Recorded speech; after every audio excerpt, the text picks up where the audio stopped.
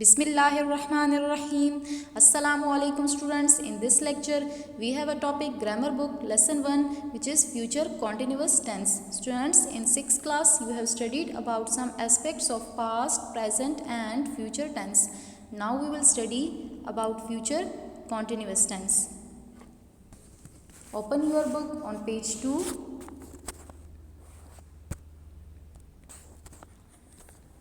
Future continuous tense. First of all, we will learn about its definition. What is the definition of future continuous tense? So let's start. Future means students mustaqbil, while continuous mean jari, and tense we have already know mean zamana. The future continuous tense is used to talk about an action going on at some time in the future or coming time. Students, future continuous tense इस्तेमाल किया जाता है उस sentences में जब हम बात कर रहे होते हैं उस काम के बारे में जो कि मुस्तकबिल के एक ख़ास मुद्दत में हो रहा होगा. स्टूडेंट्स, उर्दू में इसकी आइडेंटिफिकेशन क्या है? उर्दू में इसकी आइडेंटिफिकेशन है अगर उर्दू के जुमले के आखिर में रहा होगा, रहे होगे या रही होगे वगैरह के वर्ड्स आएँ तो समझ जाएं कि ये फ्यूचर कॉन्टीन्यूअस टेंस है. और फिर उसी के फ्यूचर कॉन्टीन्यूअस के स्ट्रक्चर के अकॉर्डिंग आपने इस सेंटेंस को इंग्लिश में कन्वर्ट करना है, इंग्लिश में उसकी ट्रांसलेशन करनी है. स्ट्रक्चर क्या है हमारे पास? एफर्मेटिव सेंटेंस और सिंपल सेंटेंस का स्ट्रक्चर है हमारे पास subject plus auxiliary verb plus be plus verb की हमारे पास कौन सी फॉर्म लगेगी? Present participle and plus object. Students, keep in mind that subject is doer of action, जो काम कर रहा होता है. ऑक्सिलरी शैल और will is used in all tenses in all aspects of future tenses. तमाम की तमाम चारों किस्म जो है फ्यूचर टेंस की उसमें हम ऑक्सिलरी विल और शैल को यूज़ करेंगे. फ्यूचर कॉन्टीन्यूअस टेंस में भी शैल और विल का यूज़ होगा. सब्जेक्ट प्लस ऑक्सिलरी विल और शैल प्लस बी. बी क्या है? Be show continuity, because this is future continuous tense तो हम बी शो करेंगे, बी लिखेंगे कॉन्टिन्यूटी को शो करने के लिए. Plus present participle. What is present participle? We know that present participle is first form of verb plus ing. Plus object. Object is the receiver of action, जिस चीज़ पे काम हो रहा हो. स्टूडेंट्स, अगर आपका सब्जेक्ट आई या वी हो, अगर आपका सब्जेक्ट आई या वी हो then we use shall with the subject I and we. Students, keep in mind आपकी बुक में यहाँ पे यू एंड दे और प्लूरल नाउन जो है वो गलती से मिसप्रिंट हुआ था तो आप उसको यहाँ पे लिख लो, बिकॉज सिर्फ और सिर्फ आई और वी के साथ शैल यूज़ होता है. बाकी तमाम सब्जेक्ट के साथ चाहे वो ही शी इट हो या सिंगुलर नाउन हो, यू हो, दे हो, प्लूरल नाउन हो, जौन से भी प्रोनाउन हो या जौन से भी सिंगल नाउन हो या प्लूरल नाउन हो, तमाम के तमाम सब्जेक्ट के साथ वी यूज़ विल. आई और वी के साथ we use shall plus be plus verb first form of verb plus ing plus object. Here is given one example. I shall be playing cricket or we shall be playing cricket. He, she, it are singular noun or any plural noun are you or they. So we use for this subject auxiliary will. Let's suppose he will be playing cricket, she will be playing cricket, it will be playing cricket, you will be playing cricket, etc. Children will be playing cricket, etc. This is the structure of affirmative sentence. I repeat again, subject plus auxiliary will or shall plus be plus present participle plus object. For negative sentence, we follow the structure of simple sentence or affirmative sentence, but we just add one thing which is not. Subject plus auxiliary. After will or shall, we write not. Subject plus auxiliary will or shall plus not plus be plus present participle plus object. Negative sentence mean जिस जुमले में किसी काम के ना करने के बारे में जिक्र किया जाता है। I shall be playing cricket. I shall not be playing cricket. Structures are same of affirmative and negative sentence, but we add just one thing, which is not after auxiliaries shall or will. Interrogative sentence. It is also like affirmative sentence, but हम subject और auxiliary की आपस में exchanging करते हैं.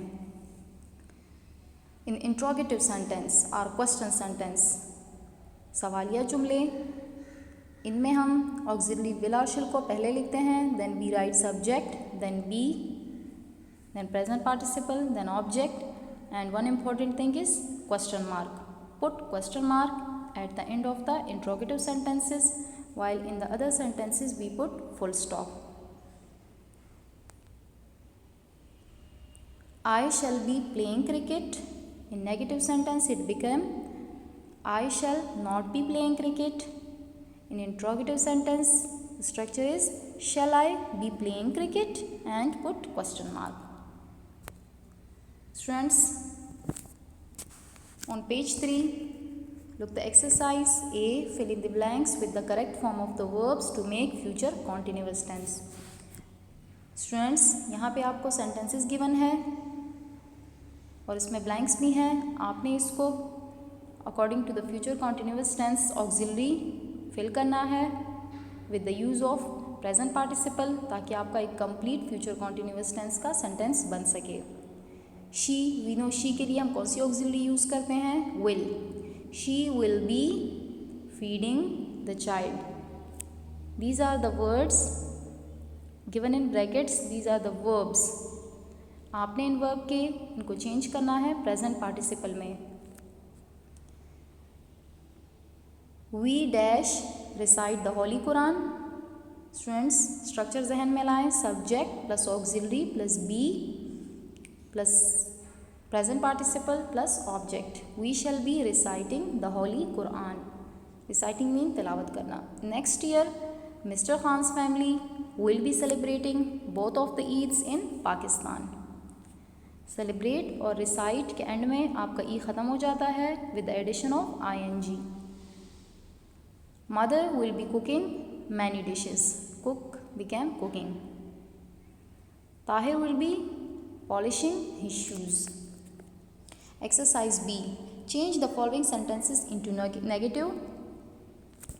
About the structure, we know that we write not after auxiliaries will or shall. Miss Asma will be teaching us till the end of the session. Miss Asma will not be teaching till the end of the session. Students, negative sentence के structure में आपने क्या करना होता है? सिर्फ not का इजाफा करना होता है विल और शेल के बाद.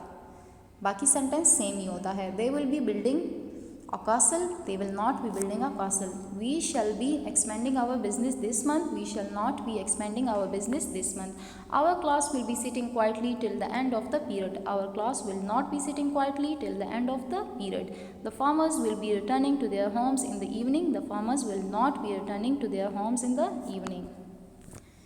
Students, on page 4, this is the exercise C. Change the following sentences into interrogative.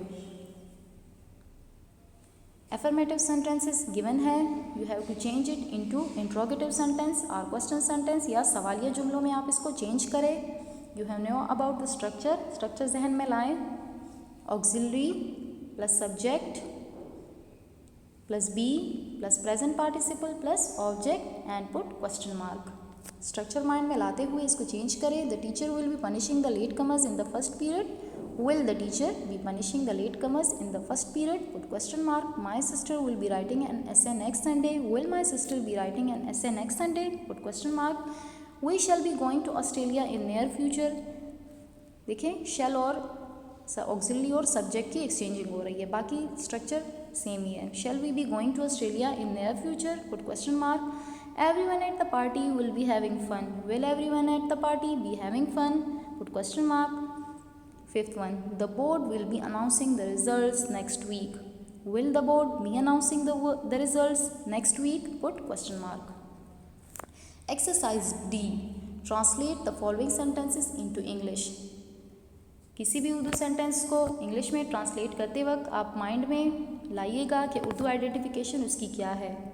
In the beginning मैंने आपको शुरू में बता ही दिया था कि सेंटेंस में इसकी आइडेंटिफिकेशन क्या है फ्यूचर कॉन्टिन्यूअस की. कि अगर उर्दू सेंटेंस में एंड में रहे होंगे, रहा होगा, रही होगी, इस तरह के अल्फाज आए तो जान लें कि ये क्या है, फ्यूचर कॉन्टिन्यूअस टेंस है. और आपने इस उर्दू को फ्यूचर कॉन्टिन्यूअस टेंस के स्ट्रक्चर के अकॉर्डिंग उसकी ट्रांसलेशन करनी है इन इंग्लिश. मजदूर अनकरीब सड़क बना रहे होंगे. मजदूर mean labours, LABOURS, labours. Labours will be constructing the road in near future. हम कल इम्तिहान दे रहे होंगे. We shall be giving exam tomorrow. बच्चे शाम में मैदान में नहीं खेल रहे होंगे. चिल्ड्रन विल नहीं खेल रहे होंगे. आपने किस चीज़ की एडिशन इधर करनी है, नॉट की. Children will not be playing in the ground in the evening. क्या अम्मी हमें बुला रही होगी. विल मदर बी कॉलिंग अस. ये एक सवाल है, इधर भी सवाल है, तो देन इसी क्वेश्चन मार्क से हमें पता लग रहा है कि ये सवालिया जुमला है. देन आपने भी इसको चेंज करना है according to the structure of question sentence, interrogative sentence of future continuous tense. Will mother be calling us, put question mark. वो कल हमें नहीं पढ़ा रही होगी. She will not be teaching us tomorrow, put full stop. Students activity. Make 5 examples of future continuous tense in practice copy. आप 5 examples future continuous tense की अपने आप से बनाएं वो सेंटेंसेस और उसे अपनी रफ कॉपी या प्रैक्टिस कॉपी में लिखें. And do this work in your grammar book with pencil.